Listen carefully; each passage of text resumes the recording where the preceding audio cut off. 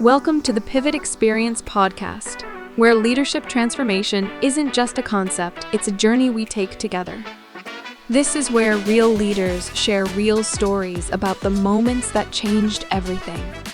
In each episode, we dive deep into the pivotal experiences that transformed good leaders into great ones. Whether you're a seasoned executive, a rising star in your organization, or someone ready to take that next big step in your leadership journey, you're in the right place. Get ready to learn, grow, and maybe even find that spark that ignites your own leadership pivot. This is the Pivot Experience podcast, where your next breakthrough starts here. What's up and what's happening, TPE family? We're back with another episode of the Pivot Experience podcast. My name is Alex Hill, and I will be your host and guide during this conversation.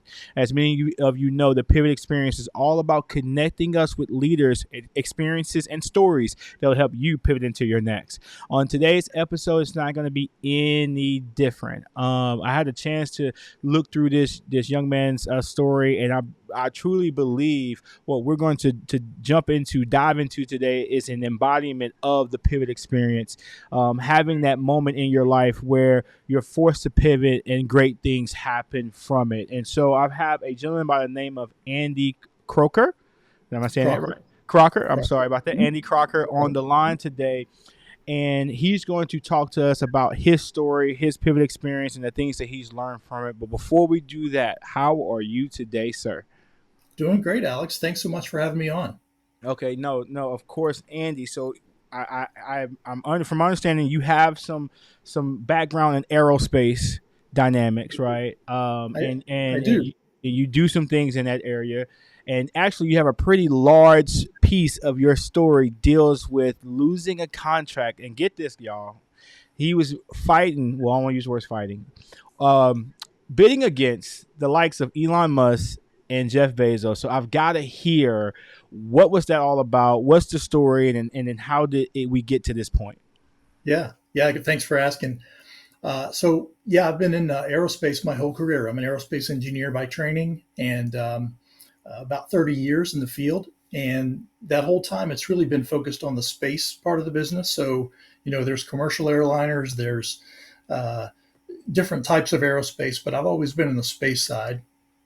And fairly recently, NASA decided to try to go back to the moon. And it's become a little more public in the last couple of years.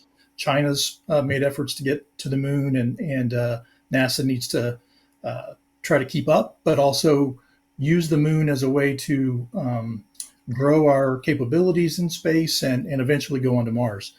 But in the opportunity, it was opened up to commercial industry. NASA decided not to try to do everything with NASA as the lead. They wanted commercial industry to really jump in, and so it was open to everybody. And the company that I was working for at the time, we didn't have any experience in this area, but we certainly had done work with NASA, and I really wanted to do it, and encouraged and convinced my management to let us do that. So we went after this contract, and specifically it was to design and develop and eventually build the next human landing system, the system that takes crew to the moon. So we got in and won an early contract with a number of other companies. And as we moved on, we eventually got to the point where it was the company I was working for versus SpaceX, which is led by Elon Musk, and Blue Origin, which is led by Jeff Bezos. So it was our three companies competing. And I'll just say up front that the contract itself, the project, the opportunity was fantastic. It's one of those once in a career type of opportunities. I had been in aerospace for 25 years at the time, and had never been able to do this. And it just was an awesome opportunity. We were able to hire a ton of great people and have just a fantastic experience with a great team. But you still want to win. And when we got to the first opportunity where NASA selected one of the teams, they selected SpaceX. And so obviously that was devastating. You kind of put all your eggs in the basket. I want to do this. This is my career. And we didn't win. But then NASA decided, hey, we really need to have a backup. We need to have a second option. So they restarted the competition, and it was back down to my company in Blue Origin. And we competed, and again we fell short. Despite everything that we did and having a great concept and team, we weren't selected. So at the end of that, you build this up in your mind, and you have this um, image of this being your career. The rest of your career is going to be sending people to the moon and building things on the moon, and just being a huge experience, and you fall short. And that obviously is a really tough thing to swallow. Every one of the team members was devastated by not being able to go after it. But one of the things that came out of it for me was right about the same time, within a couple of months of us finding out that we didn't get selected. um, my son started his senior year in high school, and it sort of hit me, hey, I've always wanted to write down things that I think are important in life for my kids. And I hadn't started really at that point. I'd collected things over the years, but never really put any effort into it. And so I started it.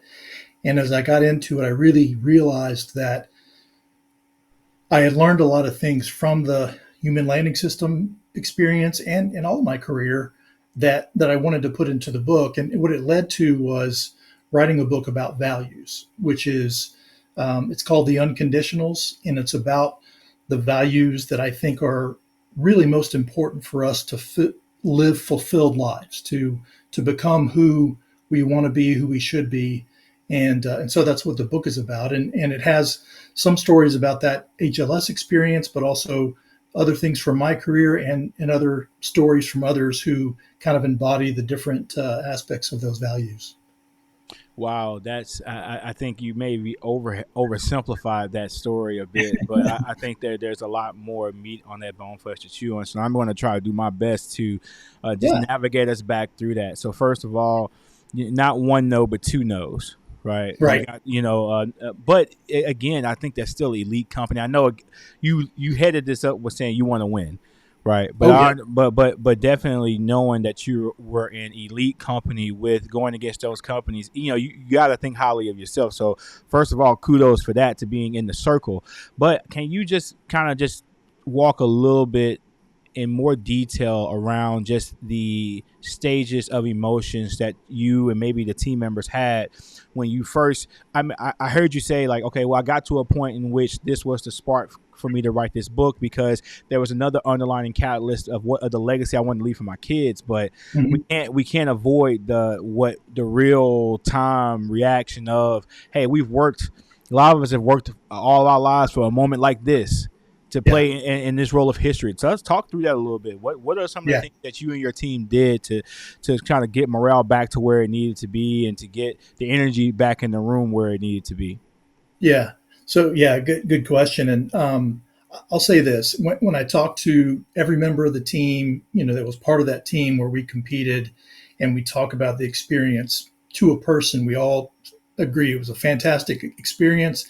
And even knowing that we lost, even with the knowledge that we lost, we would do it again, every one of us, because it was such a great experience for personal growth, for learning, for figuring out how to work as a team, and just how much we learned about the process of designing and building some aspects of a landing system. So all of that is, you look back and say, I wouldn't change it. But yeah, you're right. In the moment, um, the first time we lost, one major factor in our losing both times was that my company, we were a publicly traded company. We couldn't subsidize the bid that we put in, and both times SpaceX and Blue Origin significantly subsidized their own bid, which made it impossible for us to compete on price. We knew that going in, but you do everything you can and present the best concept and the best design and everything, and you still lose. So there's some aspect of why did we even try if we knew we weren't going to be able to compete on price. And our management, all the way up to the CEO, was like, should we even do this? But we convinced them. We said, look, we're never going to have an opportunity like this again. We're going to do everything we can, and we think we can convince NASA that it's not all about dollars, and we're going to give it the best shot. And to their credit, they let us go for it and spend company money to put the proposal together. But yeah, in the moment, I mean, when it hits you, even though it's coming, or that it could end up this way, when it hits you, it's devastating. And so you can't help but spend the first few days just kind of in a fog, in a daze of what's going to happen, and what am I going to do next, and what's going to happen to all the people on the team. And as the program manager for the team, a big part of my responsibility was to figure out what is going to happen to everybody. Where's everybody going to go? Or are we going to have to fire everybody? And so what we really spent a lot of time the first few weeks doing was figuring out where can we put people within the company, and how can we, rework things to take care of the people we have. So that's definitely a lesson that I learned is, one, we really tried hard going into the decision to communicate, be very transparent with everybody. Look, we want to win. We're putting all of our eggs in the basket to try to win, and we're planning as if we're going to win. But here's what could happen. And if we find out we didn't get selected, we're going to do the best we can by you, and we're going to help you the best we know how to find your next opportunity. And we tried our best to do that. So that was certainly a lesson I learned is you got to be transparent with people before and after, and then you really got to follow up and do everything you can to take care of the people when things fall apart, so to speak. And then after you get through that first few days of devastation, and then the few weeks of trying to scramble and figure out what are people going to do, then you sort of step back and say, what am I going to do next? And that's where I think my career pivot kind of started. I didn't realize it really at the time. It kind of took me writing the book to really realize it, but that's kind of where it started. No, so I know we're itching to get to the book, and I know we don't want to dwell on this too much, but I think there's some interesting things that I think you brought up. One thing in particular that you brought up, and I want to sit on this a little bit. And there's a few things you brought up that were intriguing to me, but the one thing I heard you say is that you had your superiors all the way to the top saying, "Should we even do this? Mm-hmm. Should we even not say waste resources, but like we understand the challenges that we're up against with going against these other companies who have the opportunity to subsidize their costs." Right. You knew this going into it, and right. You still convinced the higher ups to take the risk of doing so. And I think a lot of people who listen or who are listening to this podcast, whether it be on the job, in their own business, they're faced with that risk reward challenge every single day. And I don't know if you talked about this in your book or not, but in terms of this value of taking risks, is this the first time? I'm gonna say this: it can't, in my mind, can't be the first time you've authored or spearheaded this level of risk.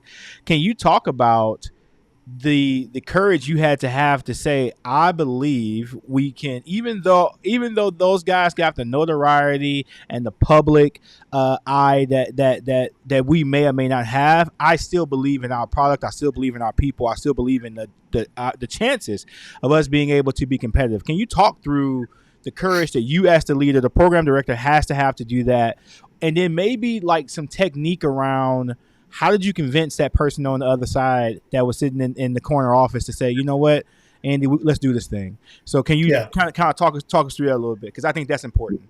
Sure. Yeah. So, I mean, in terms of the level of risk, it certainly was the greatest that I had to deal with. I mean, it's a multi-billion-dollar proposal. You're submitting a proposal for a contract that would be multi-billion dollars over a number of years, and obviously high risk in just the execution of it if you're sending people to the moon. But an interesting thing about where I was working at the time, it's a publicly traded company. And so with a company like that, they've got a lot of processes built in to assess risk every time you put in a proposal. And so for a proposal like this, they pull out all the stops, right? They're going to do everything they can to assess the level of risk. And in this case, it's, a really interesting fact about this, and it could be several podcasts by itself, is that NASA asked the industry to take this on as a fixed price contract, which means if you go over in cost, you pay for it as the industry, not NASA. And for something as hugely complex as a moon mission, it's just crazy. So the level of risk is even higher. So the company had a number of, really rigorous processes set up where you kind of say, okay, everything that we're going to do over the next 5 years, 10 years, whatever it is, every thing we're going to design, build, and operate, here are the things that could go wrong.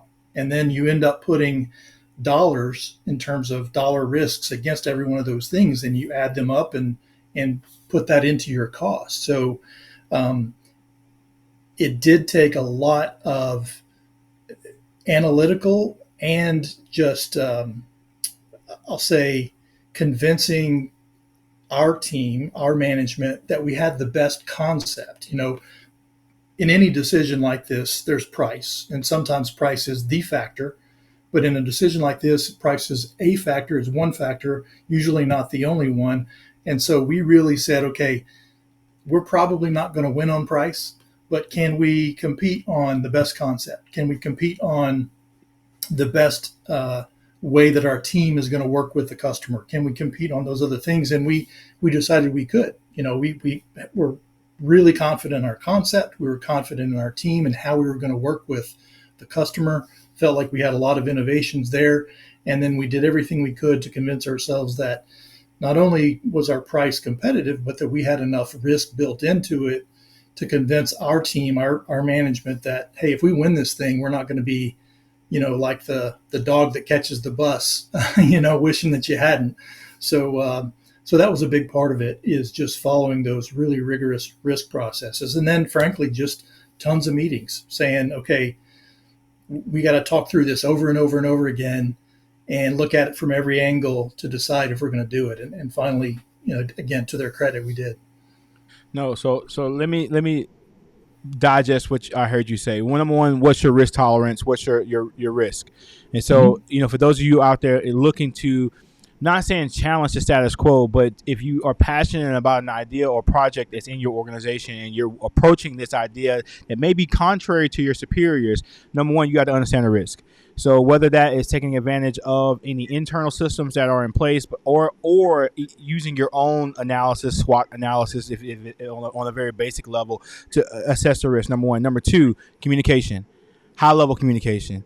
Vetting the process through and through. And so if you can incorporate those two things, and it may not be limited to that, of course, but at least if you start with those two, I think you'd be in good shape in terms of pushing for risk in your own organization. Now, let's fast forward a little bit to the unconditionals, right? And correct me if I'm wrong, your book highlights 5 core values. Right. Can you walk us through, best you can, this might be the whole episode here, but can you walk us through maybe a preview of those 5, and then how did you come to the realization that those are your unconditionals? Yeah. And by the way, I think you summarized those points about risk really well. I think communication is always right at the top, and in a situation where you're asking for permission to do something that is risky for the company, you've got to communicate even more, and then really helping your superiors, if not quantify, at least qualify the risk, such that they feel like they understand it and can determine if it's worth going after. So thanks for doing that summary. That was a good job. So for the unconditionals, like I said, a big motivator for writing it was capturing what I feel like are the things that really determine whether we're successful or not, but not success in terms of, do we achieve everything that we want, but are we fulfilled as a person? Are we getting out the things that we do and the relationships that we have, everything that we can to help us, improve our well-being, but also to improve the well-being of the people that we're around and the community that we're in. So that was my perspective. And the 5 that I came up with are love, gratitude, integrity, accountability, and endeavor. and just real quick, I'll say, I think love is the foundation of all of those. And that's why I have it first in the book. And I talk in the book about, that really is central to being able to achieve the others in the best way possible. But then gratitude, and integrity, and then accountability and endeavor are all critical. And in the book, I talk about how those five um, can be applied in all aspects of our lives, whether we're, an individual, in relationships, as parents, at work, in a working role, or as a leader. And so all of those, I try to say, hey, here's how these unconditionals apply to us in those situations. No. Okay. So I'm really curious. I love all those. The one that jumped off the page to me was endeavor. Uh-huh. So that because I have an idea of what I might think that means, but Mm-hmm. and I know you said love is the foundation, so we can dig more into that one if you like. But Mm-hmm. I'm really curious to know about this endeavor value. What does that mean to Mm-hmm. you, and how are you seeing that play out in your life day to day? Yeah, good question. It's certainly the one that I won't say struggled with, but I really debated with myself about, is this really one that deserves to be in the top five? Is this something that I want to include in this book? And I really decided that I had to, for this reason. I think you can live a life with the first four, but if you're going to be in the world, and you're going to act in the world, you're going to do something in the world, it requires you to have endeavor. And you can call it a lot of different things, but I chose the word endeavor for a couple of reasons. One is, um, normally we say effort, doing something, it's effort, but I think effort is only part of it. And some of the key aspects of endeavor that I think you have to have beyond effort include a purpose, a vision. You got to have, what is it you're going to do, and what is it you're shooting for. And then there are a number of other factors, but the thing that I think is most important from endeavor, from anything we do, is growth. And that's another one of the lessons that I got out of not just the loss from HLS, but a lot of things in my career is, some things are going to go well and some things aren't. But what you really want to focus on is growing out of those things. You succeed, and you grow, and you learn how to do things better. But even when you fail, and sometimes especially when you fail, you learn from those and you grow so that you can do better, do more, and be more fulfilled as a person the next time you endeavor. No, I love that. It to me, I 100% agree. Those first four, you can live, I mean, a good life. Yeah. A life of integrity, a life of character. But I think the endeavors where the ambition comes into play, where the if you have the entrepreneurial spirit, or if you have a unction to lead people, the value of endeavor is very important. So I love that you brought that up. I'm going to shift gears a little bit and Mhm. ask you this question here. In the age of hustle, the hustle culture, endless metrics, right? How can leaders reclaim focus on what truly matters? I'm sorry, I kind of butchered that question a little bit, but No, that's all right. okay. Yeah. So it's a great question. And that's, I think, one of the hardest things for leaders to do, because, usually if we're not at the top, and even if we are, we're being driven by metrics. We either have the metrics pushed down on us, or we have the metrics in our mind. We've got to make the numbers, right? Um, and usually that has to do with dollars. It has to do with sales. It has to do with getting things out the door. But what I think I've discovered in my career, and what I really try to convey in the unconditionals, is that the only thing that's going to get you to those metrics is the people, and is having a set of values that you can use, that you as a team can use to drive the team, to drive each other, to hold each other to. And we talk about endeavor, that tends to be a huge factor in the workplace, in the corporate workplace. All the others are too, but usually when we talk about endeavor, it's, how are we going to persevere? And I think you got to have a common purpose, and you got to figure out, what are the challenges you have to overcome, and together work through those. But then again, growth has to be your really end goal. It's not hey, this is the number, but how are we going to grow as a team? How are we going to improve as a team? And that will get you to the success. So I think, yeah, you're not going to throw the metrics out. You're not going to ignore the numbers. But if that becomes the focus and the only thing that you're talking about on a day-to-day basis, you're going to lose uh, the focus of your team. You're going to lose the trust of your team because they're not being brought along with the values that you all should be aligned to. No, love that. So what I hear you saying is that the results and the metrics that we are chasing, it should be residue of us pursuing growth.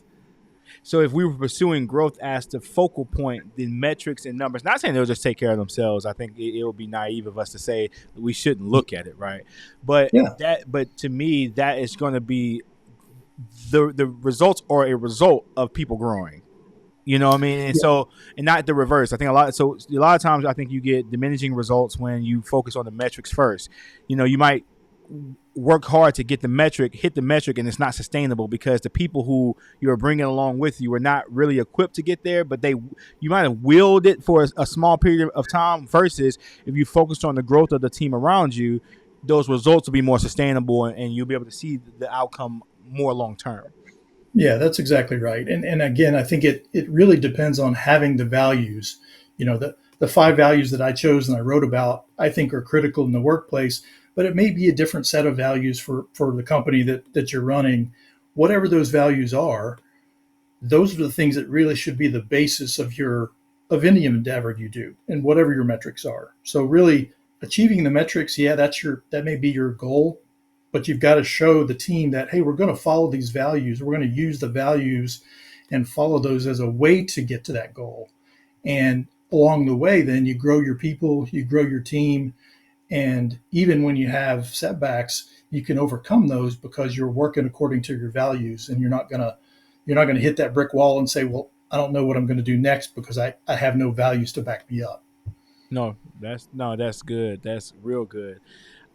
If you were starting to work with a new leader in your organization, which of the unconditionals would you start with them and why?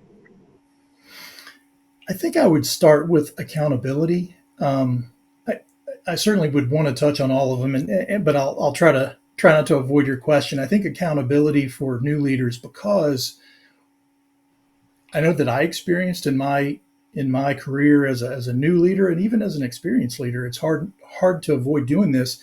So often you want to micromanage, you want to tell people how to do things rather than giving them the power to do it themselves. And so I think providing that insight to a new leader that, hey, we're going to help you get the best people on your team that we can, right? We're going to get you the best people. And then you need to figure out how to give them the expectations and the goal and then get out of their way, right?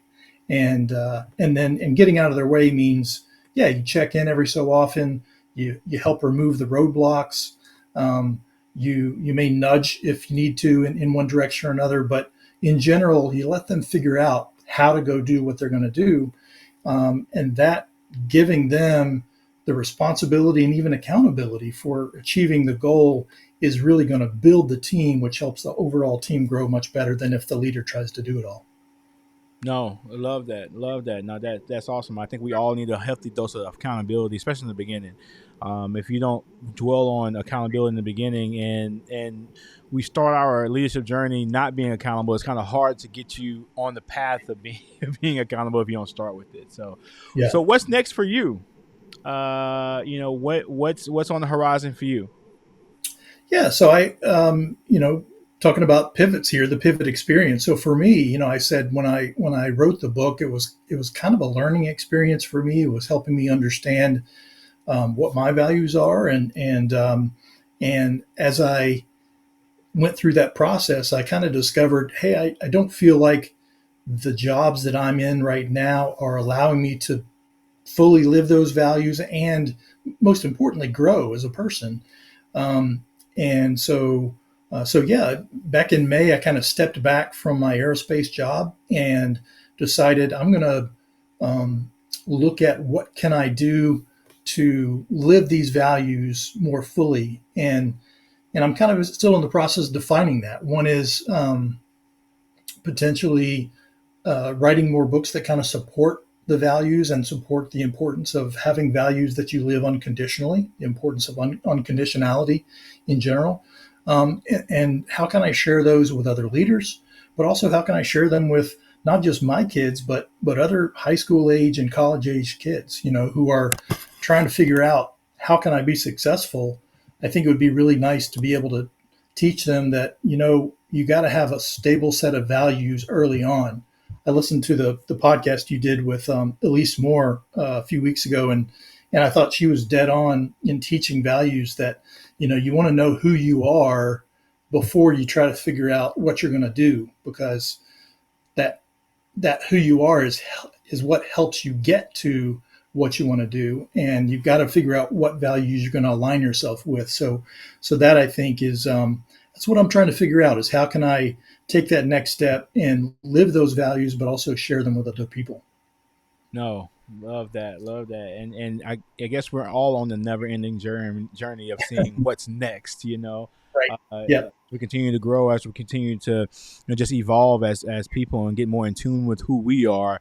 The pit stops that we make, we might tend to outgrow them. And figure out what's the next layer for us. Man, this has been awesome. How can we get a copy of your book? Is Amazon is the easiest way? Yeah. What would you prefer? Yeah, all of those. And so if you want to, you can go to andycrockerbooks.com, and there's a button there. You click on it, it'll show you all the different places you can find the book. It's on Amazon, and it's also in whatever format you like: paperback, ebook, audiobook. So check it out, and you can get it at pretty much any of the platforms that you normally use. Awesome. Now, we're down to the moment here. This has become a TPE podcast staple. It's called Tug of War, and so here are the instructions. I'm going to give you 2 words that you're going to say, man. Either this is going to be really easy for you because you're in tune with your values and you know what you know. Or This might be some tension here. So the aim for me is to create tension. Okay, I'm a bit of a I don't want to say cause chaos because they might be overselling it, but I like to create a little pinch point. So, are you ready to play Tug of War? I'm ready. Okay, we got 5 sets of words. Here's your first one: confidence or humility. I would choose humility.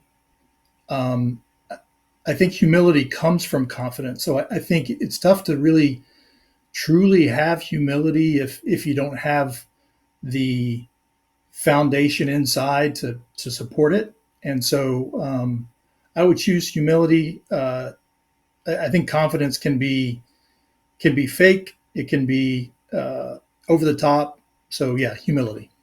Awesome. Very good explanation too. Vision or execution?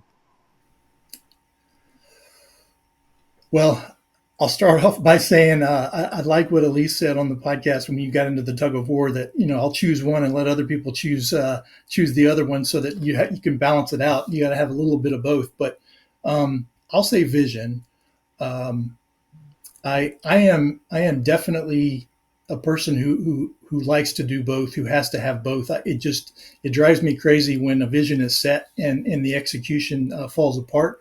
But for me, I think it really has to start with vision. And I call it purpose in my book, but that's really what drives endeavor in the beginning is having the vision. Without vision, we're all just randomly walking around. So I think vision. Okay. Courage or wisdom? I'll choose wisdom. Again, I think this is one where having wisdom requires courage, but also, I think wisdom is critical because it helps you know when not to fight, when to avoid a fight. I say that after explaining that I fought against the 2 richest people in the world on a contract, knowing that they were going to underbid us. So maybe that was a little more courage than wisdom, but I still would say wisdom because I think it brings with it so much that's valuable. I think, wisdom has in it, judgment has in it, all kinds of things that are valuable. So I'll take wisdom first. Excellent. Okay. Two more. Well, two more sets. Yeah. Urgency or patience?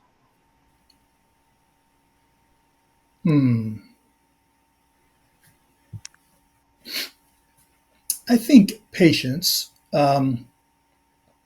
mainly because when I hear urgency, I go back to the Stephen Covey book that talks about 7 Habits of Highly Effective People, and it talks about urgency versus importance. And importance is really what you want to focus your time on. Urgent are the things that pop up and you end up wasting your time on, or even if they need to get done, they're not as important, and you forget about and don't go do the things that really truly are important. So in my brain, I when I hear the word urgent, important is what pops up that's more important than that.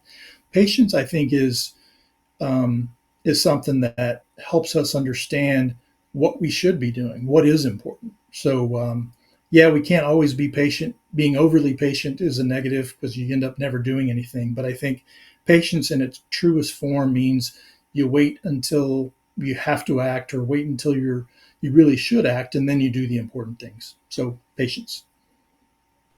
Okay. Last one. Clarity or flexibility? I'll say clarity. I think clarity. So that this again goes back to, I'm going to steal a little bit of what Elise said on that podcast, but I totally agree with it. And I would have said it even if I hadn't heard her say something like it. Knowing what the expectations are, knowing what the team has to go do, or even an individual has to go do. Understanding the expectations is absolutely critical to doing anything. And if you know what you're supposed to do, then you can have the flexibility to go figure out how to do it. Whereas without that clarity, you kind of feel boxed in. You feel like, I don't know what I'm supposed to do. I don't even know where to start sometimes. And so you feel more constrained even than when you're given the clarity. So yeah, I think clarity is critical to get things on the right foot and to get everybody in agreement. Clarity ties in so much with communication, which is central. So I will choose clarity over flexibility. No. Well, you have been. This is have been a wonderful participant of Tug of War. Very clear and concise in your answers. You didn't. I didn't sense as much tension as I like to extract, but that's okay. No, That's okay. I knew what you wanted, so I understood the requirements. There you go. Very good. Very good. Well, thank you so much, man. You have been a excellent guest. Your story has been phenomenal. For those of you out there listening, if you haven't been taking notes, there has been noteworthy things said all throughout this episode. I'm very appreciative of Andy coming on and sharing. Before we get out of here, how can people get connected with you? We already know how they purchase your book, but if one wants to follow your story, wants to follow your process, is there any avenues out there for them to do so? Yeah, absolutely. Certainly, you can connect with me on andycrockerbooks.com. There's a place to connect. Reach out there. I'm on LinkedIn, Facebook, Instagram, and you can find me on theirs. Either my name, Andy Crocker, or Andy Crocker Books.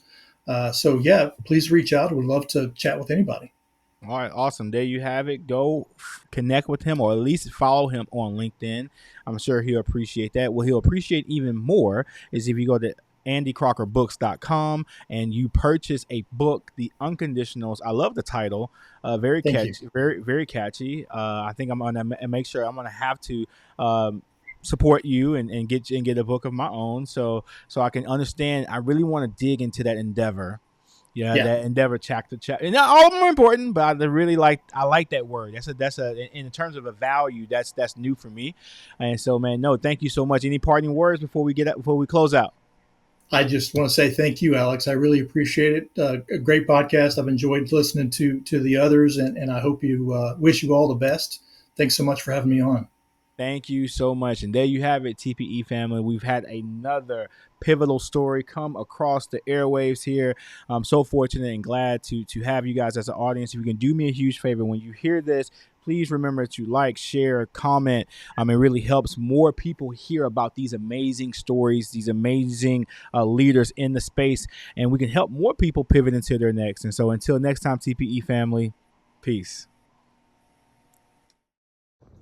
Hey guys, what's up? It's your friend, Pastor John R. Adolph from the Antioch Church in Beaumont, Texas. And I just want to slip this in right quick so you'll never forget.